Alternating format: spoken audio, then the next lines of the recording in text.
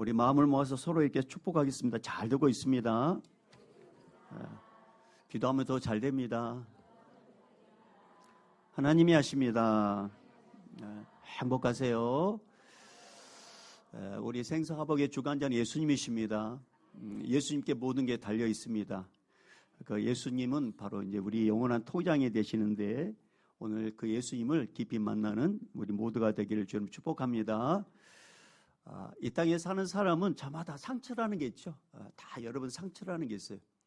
물론 이제 이렇게 겉으로 드러나는 상처도 있지만 마음의 상처, 다 마음의 상처도 있고 겉으로 드러나는 상처도 있는데, 근데 이제 겉으로 드러나는 상처는 시간이 지나면 이렇게 좀 아물잖아요. 근데 이 마음의 상처는 참 이게 쉽지가 않아요. 그래서 때로는 이 상처가 내 인생에 흠이 될 때가 있어요. 내 인생에. 그래서 그 상처를 어떻게 다루느냐에 따라서 흠도 될 수 있고 진주도 될 수 있습니다. 근데 여러분 분명한 사실은 우리 인간은 이 상처를 진주로 바꿀 만한 아무런 능력이 없어요. 이 상처가 오히려 계속 묵상하면 이게 내 인생을 막 발목 잡고 이 상처 때문에 스트레스 받고, 그래서 상처가 이렇게 마음의 상처가 뼈를 마르게 하고, 그래서 결국 이렇게 수명을 단축시키게 되게 되는데, 우리는 이 상처를 진주로 바꿀 만한 아무런 능력이 없습니다. 근데 여러분 너무나 감사하게도 어떤 상처든지 이분만 만나면요 찬란한 진주가 돼요. 그럼 이분이 누구시냐? 예수 그리스도십니다. 이분만 만나면 이 상처가 찬란한 간증거리가 되고, 이분만 만나면 오히려 이 상처가 내 인생에 버팀목이 되도록 만들어주시는데, 그게 바로 예수님이십니다. 여러분 우리가 잘 알고 있는 그 송명의 시인이라고 여러분 아시잖아요. 공평하신 하나님, 나라는 가사를 쓴 분. 원래 이 송명의 시인은 원래 처음에 건강한 몸으로 태어났는데 의사의 그 의료 사고로 인해서 이게 손해가 다쳤답니다. 그래서 내성마비 장애를 얻게 돼요. 제대로 이제 몸이 아프니까 제대로 교육도 받지 못하고, 그런데 아니나 다를까 이분은 또 이렇게 인생이 참 힘들었어요. 가정이 자체가 너무나 가난했습니다. 그런데 이분이 붙잡는 게 이제 몸도 이렇게 불편하고 가정도 가난하고, 그런데 이분이 이제 예수를 믿었어요. 너무나도 이게 가난으로 인해서 자기 몸의 육신의 연약함을 해서 막 불평하고 있는데, 어느 날 예수님께서 갑자기 이런 말씀을 하시더랍니다. 내가 말을 줄 테니까 말하는 대로 써라.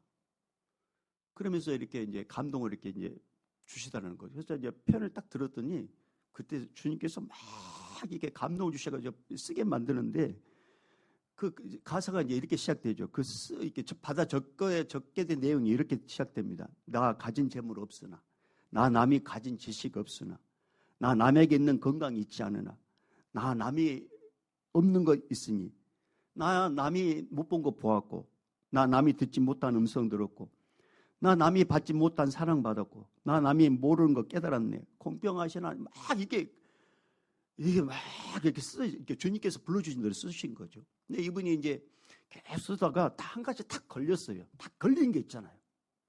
여러분도 이렇게 밥을 먹다 뭔가 탁 걸릴 때가 있지 않습니까? 그런 것처럼 뭔가 탁 걸리는 부분이 뭐냐면, 공평하신 하나님 이 부분에 탁 걸립니다. 이분이. 왜?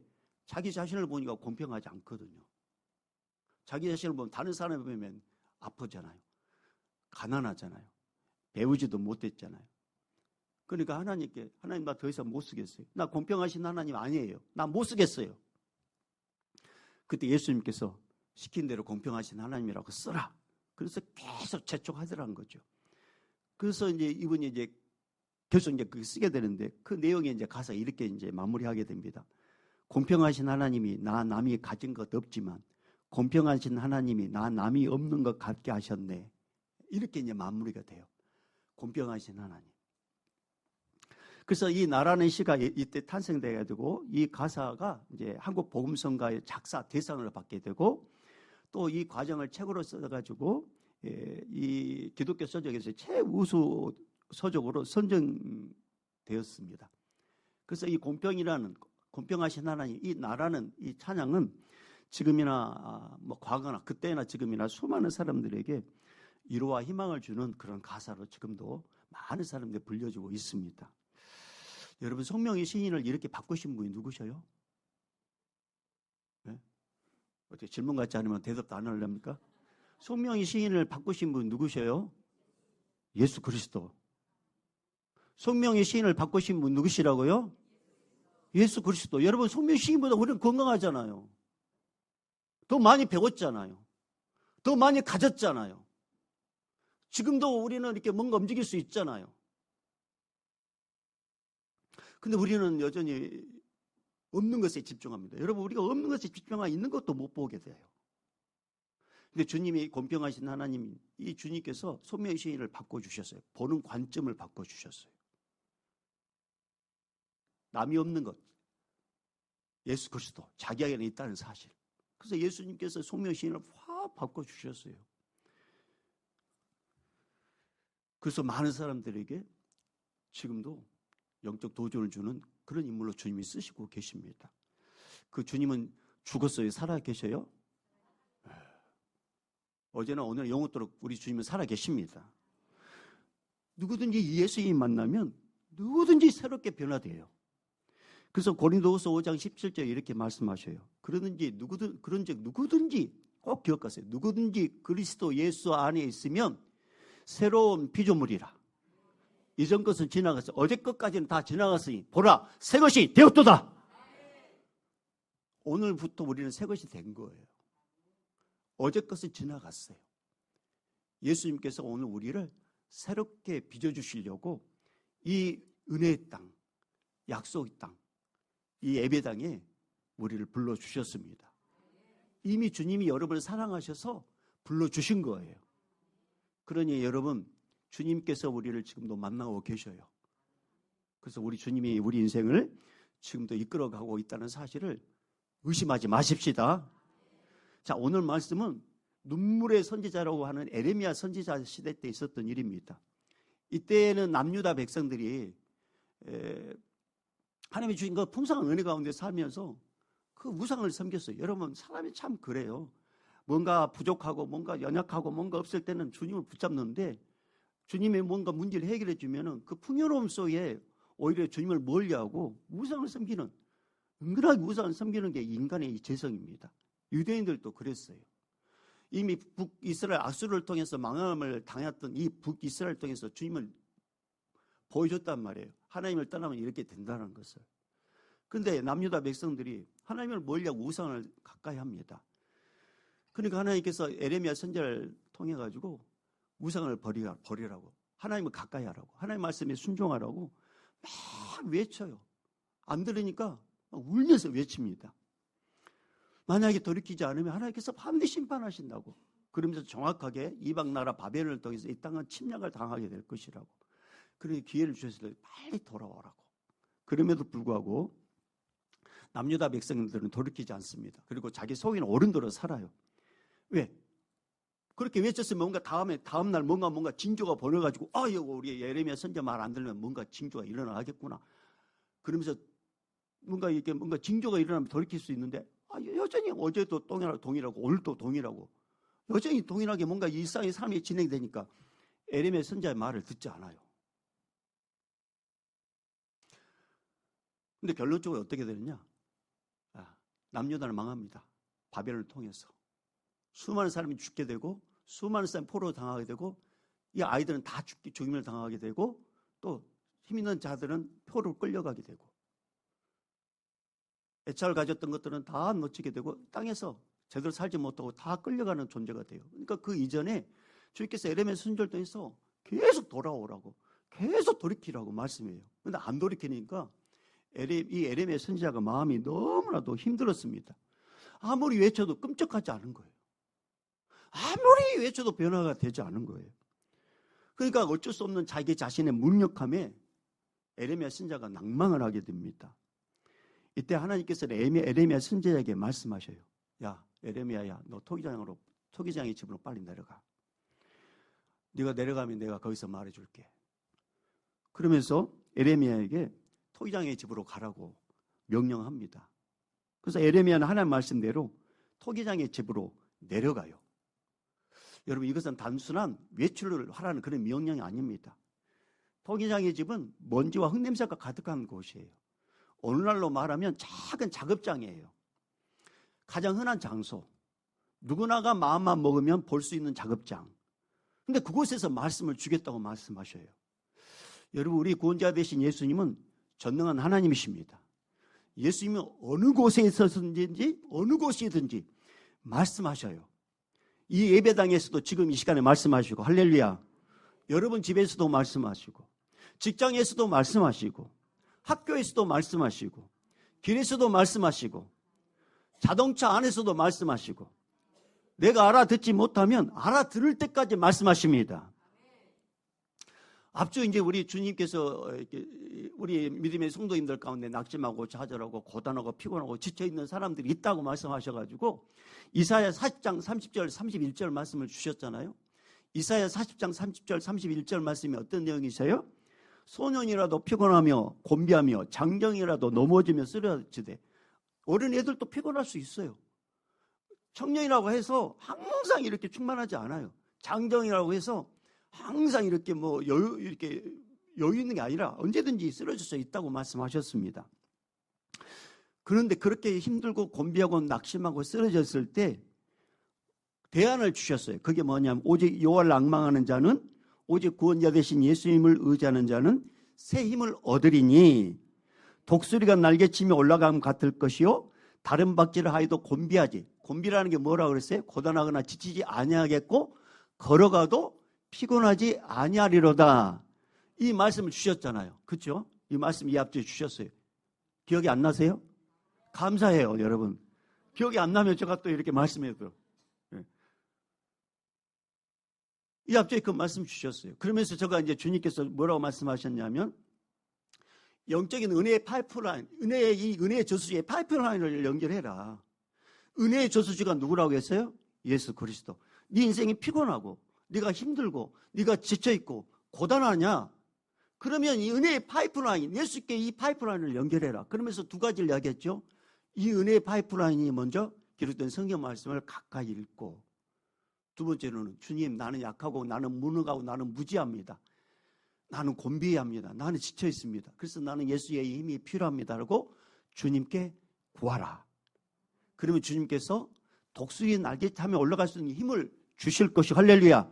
달려가도 피곤치 않도록 도와주실 것이다. 그래서 우리 인생을 삶을 살아갈 때 예수님의 은혜의 파이프라인, 이건 은혜의 곳에 영적인 파이프라인을 연결해라. 이제 그 말씀을 이제 주님이 주셨습니다. 그리고 이제 이 앞주에 제가 이제 운전을 하고 가는데, 이 주님이 갑자기 이사야 40장 30절 31절 말씀을 또 묵상하게 하시면서 이번에는 저에게 뭐로 말씀하시냐면, 자동차를 빗대어서 저에게 말씀하시는 거예요. 제가 운전을 하고 있는데. 그러면서 뭐라고 말씀하시냐면, 야, 자동차를 타다 보면 기름이 떨어질 때가 있지. 예, 떨어질 때가 있어요. 자, 기름이 떨어지면 가장 먼저 뭘가 반응하냐, 이렇게 이제 저에게 물어보는 거예요. 그런데 제가 이렇게, 예, 기름이 떨어지면 주위기 모양의 그림이 계속 깜빡깜빡 거립니다. 자동차 운전해 보시면 알지요. 이제 기름이 이제 거의 떨어진다 그러면 주위기 그 모형이 계속 깜빡깜빡합니다. 이것은 이제 기름을 빨리 넣으라는 사인이죠. 이 사인을 무시하고 계속 달리면 어떻게 되느냐? 예, 그냥 멈추죠. 그렇지. 아무리 비싼 외제차도 멈춘다. 아무리 큰 덤프 트럭도 멈춘다. 어마어마한 힘을 가진 포크레인도 멈춘다.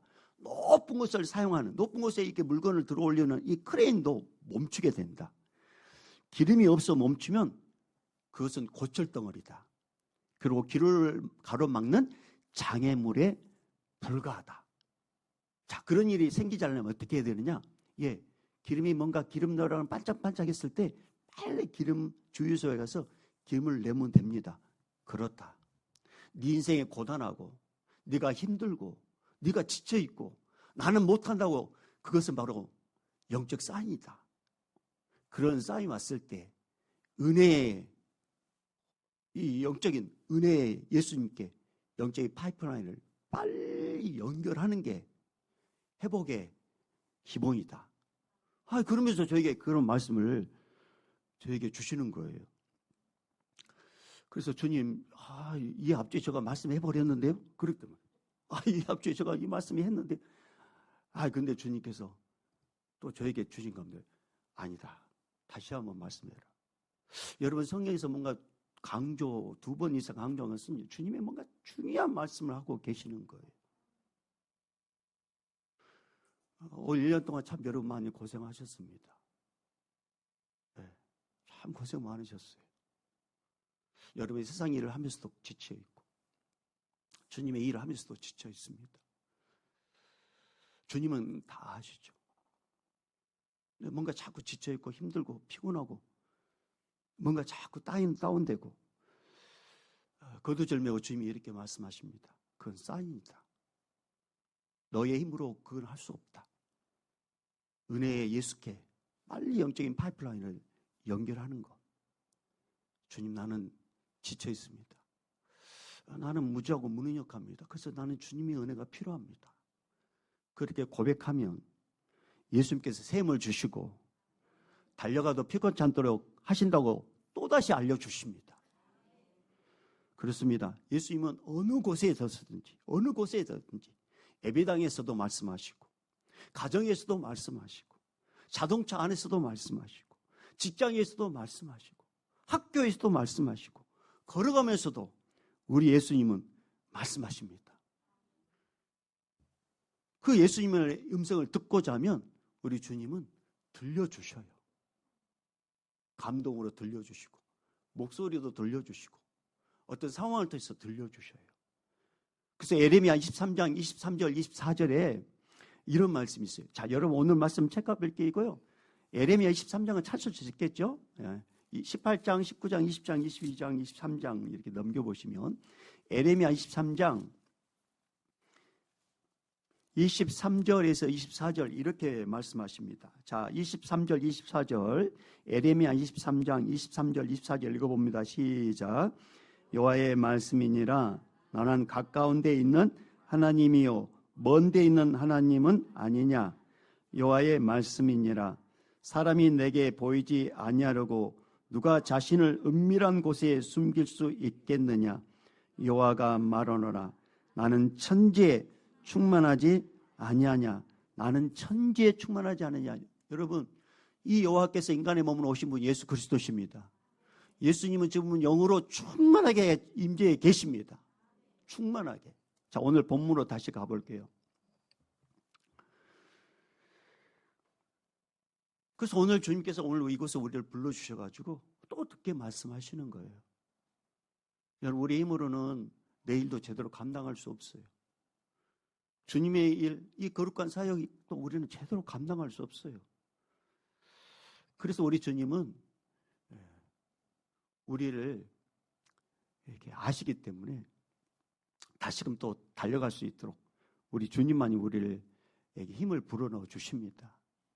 그래서 혹 지쳐있던 분 있거나 혹 이렇게 낙심한 자 있거나 어떤 문제 때문에 막 힘들어한 자 있거나 그러면 빨리 은혜의 파이프라인을 예수님께 빨리 대세요. 주님께 기도하세요. 주님, 나는 미련하고 무지하고 무능력하고 나는 아무런 능력이 없다고 그렇게 기도할 때 우리 주님께서 천지에 충만하신 예수님께서 우리 개개인마다 은혜를 부어주십니다. 자, 다시 오늘 본문에 보면 예레미야는 여호와 하나님의 말씀대로 이제 토기장의 집으로 내려갑니다. 그때 마침 토기장이가 그릇을 만들고 있었습니다. 자, 오늘 본문 3절, 4절, 18장 3절, 4절 읽어봅니다. 시작. 내가 토기장에 그가 농노로 일을 하는데 진흙으로 만든 그릇이 토기장의 손에서 터짐에 그가 그것으로 자기 의견에 좋은 대로 다른 그릇을 만들더라. 아멘. 자, 이 토기장이가 이제 그릇을 만드네 발로는 농노를 막 돌리고 있었습니다. 그리고 손은 농노의 진흙을 이렇게 만지면서 손가락으로 이렇게 뭔가 이렇게 모양을 내면 그 그릇 모양이 이렇게 만들어져 가고 있습니다. 한번 상상해 보세요. 농노는 계속 돌아갑니다. 발로 계속 돌리고 그에 진흙이 있고 그다음에 손으로 이렇게 뭔가 와 이렇게 하면 막 이렇게 그릇이 만들어지고 그 손가락에 딱 넣으니까 이렇게 다 이렇게 생기고 근데 이렇게 뭔가 잘못하다가 순간 이 그릇이 터지고 말았습니다. 이렇게 만들었던 그릇이 뭔가 이분이 이렇게 실수할 일이 없는데 갑자기 거기서 이렇게 실수를 해가지고 그릇이 그냥 이렇게 농노로 계속 돌아가는데 이게 그릇이 터지고 말았습니다. 근데 가만히 보니까 이 터진 그릇, 이 흙을 이 토기장이는 버리지 않고 그걸 다시 모읍니다. 그리고 다시 농노에 올려놓고 자기 의견에 좋은 대로 그릇을 만들기 시작합니다. 에레미야는 토기장이 하고 있는 모습을 가만히 지켜보고 있었습니다. 그때 하나님께서 이런 말씀 하시는 거예요. 자, 5절 6절입니다. 5절 6절 시작. 그때 여호와의 말씀이 내게 임하니라. 이르시되 여호와의 말씀이니라. 이스라엘 족속아, 이 토기장이가 하는 것 같이 내가 능히 너에게 행하지 못하겠느냐. 이스라엘 족속아, 진흙이 토기장의 손에 있음 같이 너희가 내 손에 있느니라. 아멘. 자, 토기장이가 하는 것 같이 보면 이제 자, 6절 말씀이면 여호와의 말씀이 이스라엘 족속 이 토기장이 하는 것 같이. 그럼 토기장이가 뭘 했어요? 흙을 버리지 않고 흙을 모아가지고 다시금 그 그릇을 만드는 과정을 만들어. 이 과정이 바로 토기장이 하는 것 같다라는 그런 뜻입니다. 여러분, 여기서 토기장이는 하나님이시고 진흙은 우리 인간이에요. 우리 인간. 대체 하나님께서 흙으로 사람을 지으시고 그 코에 생기를 불어넣어 주셔서 생명이 되게 했습니다. 그러게 하나님 보시기에 심히 좋았다고 기뻐하셨어요. 이렇게 하나님의 형상대로 지음받은 인간에게 하나님은 어마어마한 축복을 하세요. 생육하고 번성하고 땅에 충만하고 땅을 정복하고 모든 생물을 다스리라는 엄청난 축복을 주십니다. 그러면서 한 가지 명령을 하셔요. 에덴 동산에 있는 모든 열매는 내가 임의로 먹을 수 있지만 동산 중앙에 생명나무와 선악과 나무가 있는데 생명나무 열매도 먹어도 된다. 근데 선악과 나무를 먹으면, 선악을 알게 하는 나무를 먹으면 너 죽는다? 이거 절대 먹지 말아라고 알려줍니다. 근데 인간은 얼마 가지 않아서 사탄의 유혹에 넘어가 선악과를 따서 먹습니다. 하나님처럼 될 수 있다는 거짓말에 넘어가 선악과를 따서 먹습니다. 선악과를 따서 먹는 순간 죄가 이 땅에 들어왔고 인간은 죽는 존재가 되고 인간이라는 이 어마어마한 이 영적인 이 축복의 그릇이 깨지고 말아요. 터져버리고 말아요. 이 죄가. 죄 때문에. 망가져버렸어요, 인간이. 어마어마한 이 축복의 그릇을 받았던 이 인간이 죄 때문에 그릇이 터졌어요. 그릇이 망가졌어요. 하나님이 쓸 수 없게 돼버린 거예요, 이게. 대신 사탄의 죄를 담은 그릇이 되어서 심히 부패한 존재가 됩니다. 그래서 우리 안에는 선한 게 하나도 없고 인간은 부패했어요. 그래서 우리 안에는 절대 선한 게 나올 수 없는 존재가 되고 말았습니다. 하나님의 영광을 위해서 만들어진 이 그릇이, 이 인간이라는 이 그릇이, 그렇게 존귀하게 지음받은 이 인간이 불순종함으로 죄 때문에 터진 상태, 망가진 상태가 되고 말았어요. 죄로 오염된 인간은 결국 서로 죄짓고 서로 싸우고 서로 밥그릇 노릇하다가 서로 좋은 그릇, 큰 그릇 서로 차지하려고 욕심 부려다가 결국 지옥불에 떨어져 영원히 버림받는 존재가 되고 말았습니다. 이게 우리 인간이 결론입니다. 우리는 다 그런 존재예요. 근데 이렇게 망가지고 터진 이 인간을 사랑하시는 우리 하나님 아버지께서 우리 인간의 이 죄 문제를 해결해 주시기 위해서 2000년에 예수님을 이 땅에 보내셨어요. 이 땅에 오신 우리 예수님은요, 어른은 오지 않았다고 했잖아요. 어린 아기로 오셨습니다. 예수님께서 이 땅에 아기로 태어날 때 천사들이 이렇게 찬양을 했어요. 지극히 높은 곳에서는 하나님께 영광이요, 땅에서는 하나님 기뻐하시는 사람들 중에 평화로다. 평화를 깨져버리고 불평과 불만과 원망이 있는 이 인간들의 그릇에 평안을 심어주시고자, 평안을 집어넣어주시고자 예수님께서 이 땅에 오셨습니다. 그리고 천사들의 찬송처럼 예수님께서 이 땅에 계실 때 죄악으로 망가져버리고 터진 죄인들을 일일이 찾아가 주셔가지고 그들을 다 만나 주셨어요. 그리고 그들을 고쳐주셨어요. 그리고 우리까지 오셔가지고 우리도 만나 주셨고 우리도 고쳐주셨습니다. 여러분, 마태복음 9장 20절 보면, 22절 예에 보면 12년 동안 혈류증하는 한 여인에 대해 나옵니다. 어느 날 건강했던 이 여인의 몸에서 갑자기 피가 계속 나와요. 12년이라는 기간 동안 계속 멈추지가 않습니다. 그동안 이 여인의 인생은 철저히 깨지고 철저히 망가졌습니다. 병을 고쳐보려고 의사를 찾아가는데, 여러분, 이 여인의 중요한 부분에서 이렇게 피가 나오는데 이걸 보여준다는 거, 이거 여러분 어마어마한 이 자존심 상하는 일 아니겠습니까? 그런데 고쳐야 되니까 그러면서 마음이 무너지고 인생이 터지고 통째로 인생이 터지고 만 이 여인, 마음도 외출도 못하고 율법의 규정에 부정한 병 때문에 사람들은 다 떠나가고 철저히 고립된 상태에서 죽지 못해 살고 있었습니다. 이런 비참한 삶을 하루하루 죽지 못해 살고 있는 이 여인에게 어마어마한 소원이 들려오는데, 메시아만이 할 수 있는 일을 어떤 분이 했다고 하는데, 그분이 누구냐? 예수라는 분인데, 예수라는 분이 죽은 자를 살리고 병자를 치유해주고 귀신을 쫓아내주고 그러면서 막 사람들 회복시켜줬다는 소문을 듣게 됩니다. 이 여인이 이 소문을 듣자마자 막 마음속에 막 소망이 생겨요. 예수님 만나면 나도 살 수 있겠구나. 우리 예수님은 그 소문을 들으셨어요.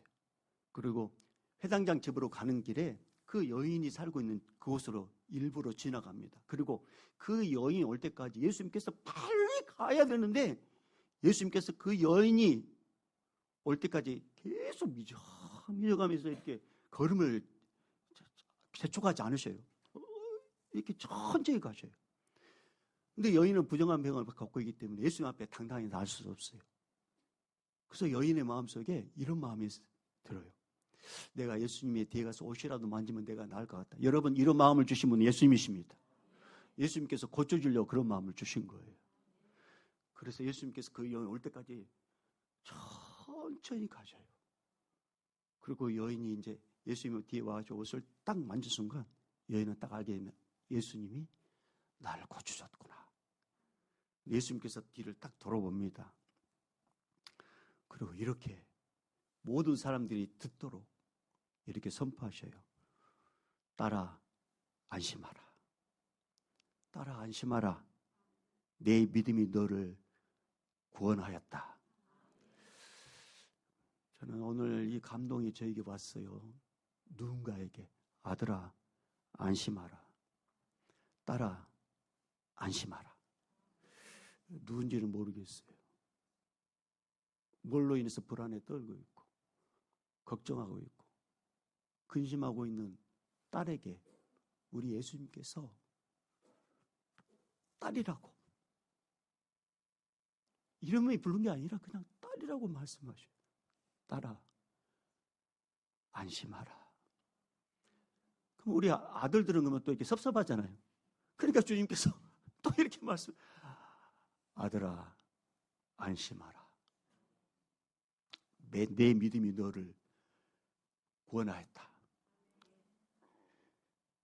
이 선포대로 이 여인은 즉시 구원받습니다. 육신의 질병뿐만 아니라 영적인 구원도 받게 됩니다. 사랑하는 여러분, 우리 예수님 완전한 하나님이시면서 완전한 인간이셔요. 우리 예수님 여러분 어마어마하게 사랑하고 계십니다. 예수님은 죄로 인해 터지고 망가진 우리 진흙 같은 인간들을 만나 주셨어요. 그리고 새롭게 지금 빚어가고 계셔요. 그분은 온 인류의 죄 문제를 십자가에 홀로 다 뒤집어 쓰고 다 이루었다 하시고 우리의 죄 문제까지 다 해결해 주셨습니다. 그리고 죽으시고 3일 만에 부활하시고 이 땅에 40일 동안 계시다가 하늘나라 가시기 전에 또 이렇게 약속하셨어요. 내가 가면 성령님이 너희에 올 것이다. 성령 임하면 너희가 권능을 받게 될 것이고 그 권능으로 예루살렘과 온 유대와 사마리아 땅끝까지는 내 증인이 될 것이다. 너의 힘이 아니라 성령의 능력으로 그런 증인이 되게 될 것이다. 그러니 너희는 성령 임할 때까지 예루살렘을 떠나지 말고 기다리라. 이렇게 말씀하셔요. 그래서 제자들이 500명이 보는 가운데서 승천하셨는데 나머지는 다 떠나고 120명만 마가다락방에 모여서 성령이 올 때까지 기도합니다. 그리고 나서 10일 후에 강력한 성령님이 임해가지고 담대하게 복음을 증거하게 됩니다.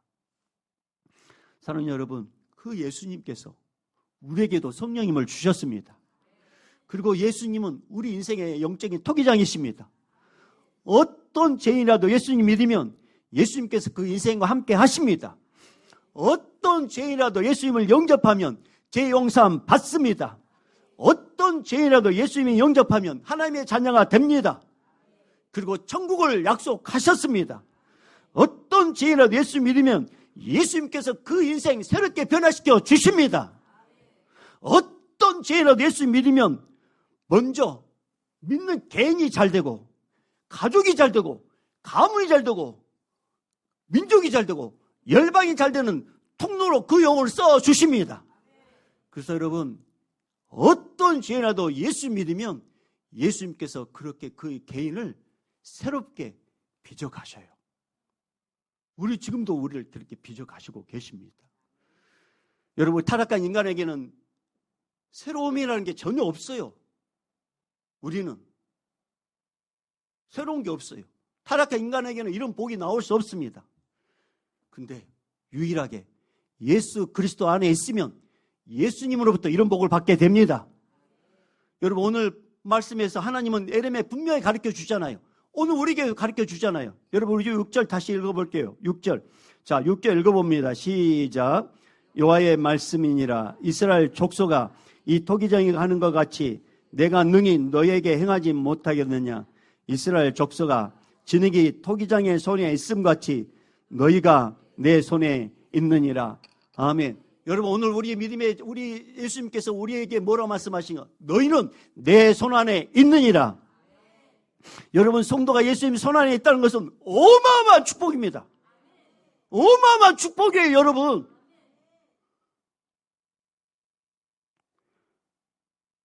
예수님 손 안에 있다는 것은 예수님께서 얼마든지 새롭게 빚을 수 있는 능력이 있다는 겁니다.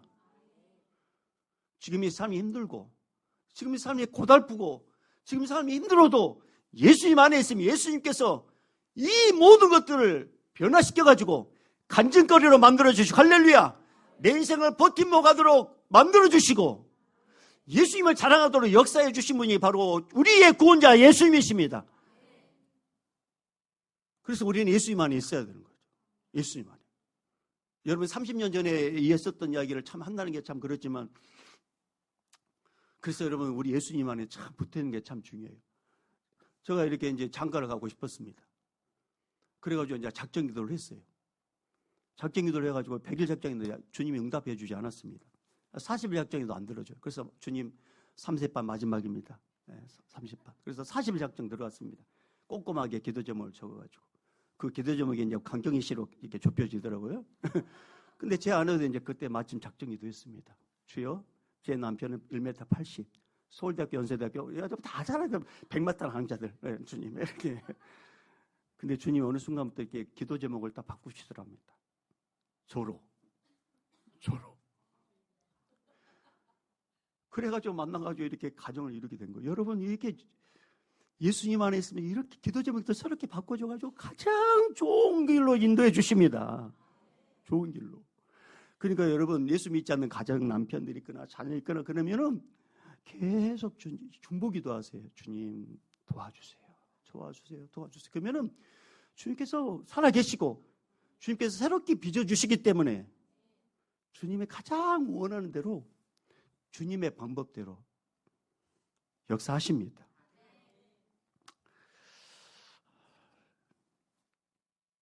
그래서 여러분, 누가 무슨 말 하든지, 어떤 일이 있다 할지라도 우리 토기장이 되신 예수님 안에 꼭 있어야 돼요.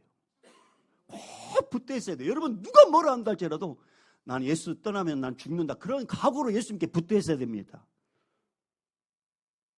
왜? 예수님만이 예수 믿는 성도들의 인생을 주관하시기 때문에, 예수님만 예수 믿는 성도 인생을 인도하시기 때문에, 예수님만 예수 믿는 성도 인생을 책임지시기 때문에 그렇습니다. 그래서 혹 괴로울 물론 예수 믿어도 괴로울 수 있어요. 인생 고달플 수 있어요. 외로울 수도 있어요. 걱정할 수도 있어요. 염려할 수도 있고 낭망할 수도 있어요. 그러나 중요한 것은 그럼에도 불구하고 예수님 안에 꼭 붙어 있어야 되는 거죠. 꼭. 그래서 요한복음 15장에 이런 말씀이 있잖아요. 나는 포도나무고 너희는 가지다. 너희가 나를 떠나서는 아무것도 할 수 없다. 주님이 분명하게 말씀하셨어요. 사랑하는 여러분, 우리 예수님은 토기장이십니다. 예수님 안에 붙어 있으면 예수님께서 새롭게 빚어가셔요. 새롭게. 그래서 우리는 어떤 일이 있다고 예수님께 붙어 있어야 돼요. 예수님께. 근데 마귀 사탄은 그냥 내버려 두지 않습니다. 바람을 막 환난, 근심, 걱정, 염려, 바람을 계속 불어요. 그럼에도 불구하고 그게 흔들리면 안 됩니다. 그래서 오늘 주님께서는 명확하게 오늘 우리에게 정확하게 말씀하셔요. 자, 마지막으로 6절 다시 한번 읽어볼게요. 6절 다시 한번 읽어봅니다. 시작. 여호와의 말씀이니라 이스라엘 족속아 이 토기장에 가는 것 같이 내가 능히 너에게 행하지 못하겠느냐. 이스라엘 족속아 진흙이 토기장의 손에 있음 같이 너희가 내 손에 있느니라. 너희는 누굽니까? 바로 예수 믿는 우리잖아요. 우리는 누구 손에 있다고요?